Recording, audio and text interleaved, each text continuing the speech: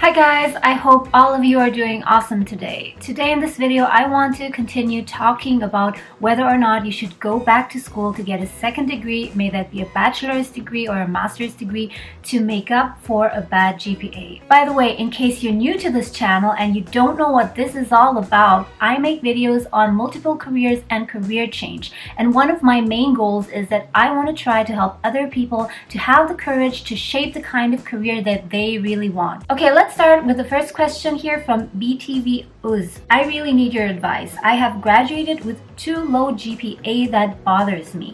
From my childhood, I wanted to get into Harvard, but with this GPA, I can't. Should I go for the second bachelor's and rock it and then apply to Ivy Leagues? I'm 25 years old. I feel like I am stuck in life. What do you advise? Okay, first of all, it seems that this person's goal is pretty specific. He or she intends to go to Harvard or to an Ivy League school. And in that case, I'm sorry, I must say that if your GPA wasn't good enough, then it's pretty hard or you actually have no chance to get in, even with really good connections. So if you really have the intention of going to Harvard, then there is no other way, I think, than go back to school, earn yourself a second degree and that nearly perfect GPA. I myself didn't go to an Ivy League school in the North American sense, but from what I heard is that in order to get into one, even with a very good near perfect GPA, there is no guarantee that you can get in. So if your GPA really sucks, then the admission won't even be looking at your application. And I think that this is not only the case for Ivy League schools, but in general for any field that is highly competitive. That being said, I think it's really important here to take a moment and take a step back. So here in this comment, the person says that from my childhood, I wanted to get into Harvard. But then there's a follow-up question where he asks whether or not he should go ahead and apply to an Ivy League school, followed by, I feel like I'm stuck in life. And here are all the signs that tell me that this person is still pretty unsure of the goal in itself. And some of you guys might be in a similar situation. Some of you might have a dream that you had since you were a child, that you wanted to become a doctor or an actor or a teacher or whatever. And that dream, that thought has become so ingrained in your mind, in your thoughts, that you kind of took it as a given. You might be thinking that since that is what you wanted as a child, then that must be the one passion that you need to follow even until now. But the reality is people change and things change, and I think you always need to reassess your goals and see if they're still up to date. So this person says that from his childhood he always wanted to go to Harvard. And one question that I would really want to ask him if he's watching this video is, what is the reason that you want to go to Harvard? Or what is the reason that you want to study at an Ivy League school? Is that the end goal, that you are able to study at an Ivy League school and in the end being able to proudly hold up that certificate of graduation? Or is it just a means to another goal? Is there actually another goal in life that you have? For example, you want to be rich, or you want to be famous, or you want to set up a startup company, or whatever. It's really up to you what that goal is. But what I'm saying here is that you have to be very clear about whether going to Harvard is a goal in itself, something that must be accomplished at any cost, or is this just a stepping stone to something bigger? By the way, in case you're enjoying this video, then please give it a thumbs up. I would really appreciate it. And also, if you don't want to miss out on any of my future videos, then you might want to consider to hit the subscribe button.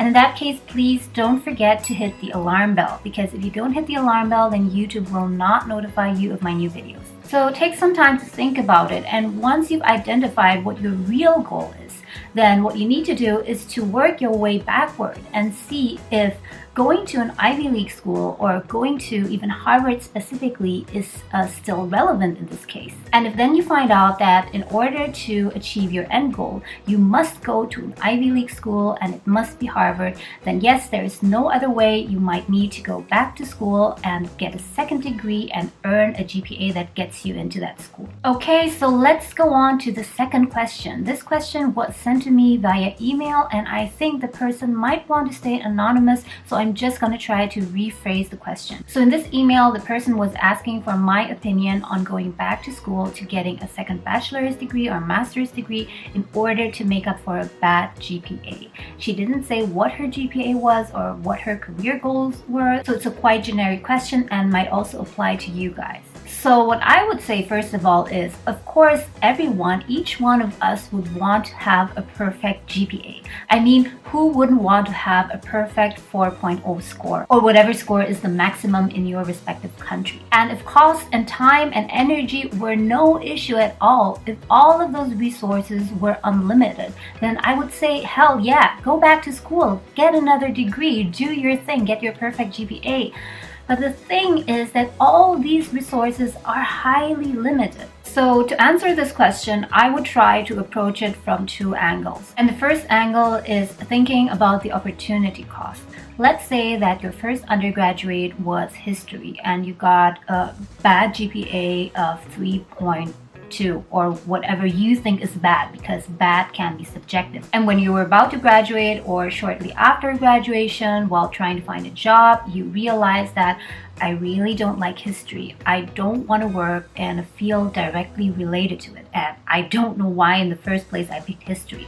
Perhaps it was just because after high school I had no other idea of what I wanted to do. And now because I want to become a journalist and I want to write great articles in newspapers and magazines, what I want to do is go back to school and study again. And this time I'll promise myself to get a near perfect GPA so that I can get the perfect job at the company that I want. Sounds like a plan, but considering the end goal of working in journalism, is that really the only path to go? What you need to think about in such a situation is about the opportunity cost. You might have the money to go to school again. You might even still be very young and therefore have time on your side, and you feel like you have the energy to go through those 3, 4, 5 years of study again, but think about the opportunity cost. Think about what you could do instead of going back to school, what else you could achieve in those 3 to 5 years. With the money, with the time, and the energy. And I would say you could do pretty much. You could, for example, start as a writer for someone else's blog, or you could be a guest writer for a newspaper or a magazine. Of course, having a corresponding and a perfectly matching degree and a perfect GPA might help you to get closer to those opportunities faster, but that is not always the case. There are so many cases where people who didn't have the matching degree worked themselves up from a very junior position. Just to be clear, I don't know exactly what it takes to become a successful journalist, but what I'm trying to say here is that on a case-by-case basis, you have to first start with the end goal in mind.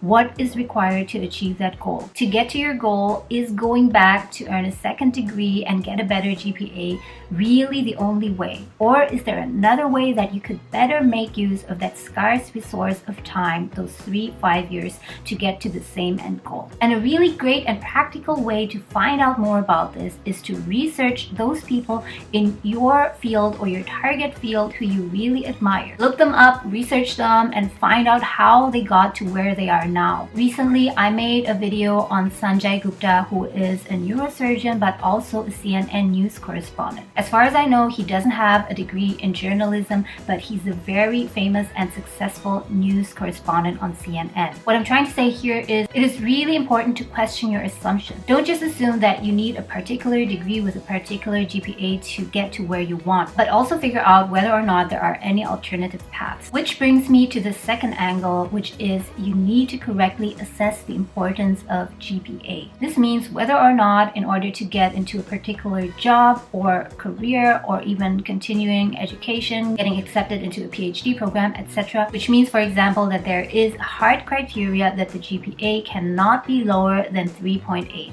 If it's lower than 3.8, then there is zero chance that you will be accepted into the program. And number two, if you're trying to get into a particular master's or PhD program, you need to find out how competitive it is. Because even though you meet the minimum GPA requirement, but if the field is highly competitive, then even that will not be enough. On the other hand, if that end goal that you want to achieve, for example, get into a certain career, does not have a hard criteria, meaning that there is no GPA threshold in order to get into that job and career, then you really need to think hard about whether or not it is worth it to spend so much time, money, and effort on getting a second degree. Of course, I totally understand the importance of GPA, especially for those people hiring new employees or for people in admissions sorting out their candidates, because the GPA is a kind of a stamp. It makes it easier for them to sort out those candidates that are more likely to succeed in their program or in their jobs. Especially when we're talking about jobs and career, there are many alternatives to get to where you want. And one of those is to work yourself up from the bottom, meaning that you start in a very junior position. And to be able to do that, you need to swallow your pride. You need to forget about your ego. Start with a job in the field that you want to work in. Start at a very junior level. And don't be afraid about starting that low, because if you perform, if you do a good job, you will rise in no time. You will be promoted in no time if you look for the right opportunities and work really hard. And imagine what you could achieve within those 3, 4, 5 years that you would otherwise have spent on getting a second degree, studying for exams every day, doing projects and teamworks with your fellow students. So the most important thing that I want you to take away from this video is that you have to start with the end in mind, like Stephen Covey said, in case you read his books 7 Habits for Highly Effective People. So if you don't have clarity yet on your career goals, take some time and think about where you want to be in the next 5 years. So this question about where you want to be in the next 5 years is actually a really important question. It's much more than just small talk when you are in a job interview and talking to the hiring manager. This question, being able to answer this, actually has high significance for your life and your happiness, your well-being, your success in your career. In the next 2 to 3 weeks, even if you're super busy, try to spend some time on the weekends, on a Saturday or on a Sunday, for a few hours each to get closer to this answer. Tell me, when was the last time you were planning for a very exciting vacation? I bet if you are anything like me that you spend hours and hours, perhaps easily 5 to 10 hours, researching the destination, what you will do there, how you will get there, what food you will eat there, which flight you will take, your budget, etc. But the vacation is usually only somewhere between maybe 3 days up to 20 or 30 days at the max. So my question to you would be, why would you spend 10 hours, 15 hours of your time to plan a vacation that only lasts you up to 4 weeks, but you won't even spend an hour or two to think about your career? So that was it for today. I hope that this video was useful to you in some way. Please share it with any of your friends and family who you think might benefit from this video. Also, if you have any questions or comments, please make sure that you drop them in the comments. I will try my best to answer each and every question. As always, guys, I thank you so much for watching, especially to those of you who stuck with me to the very end. I wish you an awesome day, all the best for your plans for your education and your career. I hope that you will be able to make the best decision possible, and I hope to catch you again soon.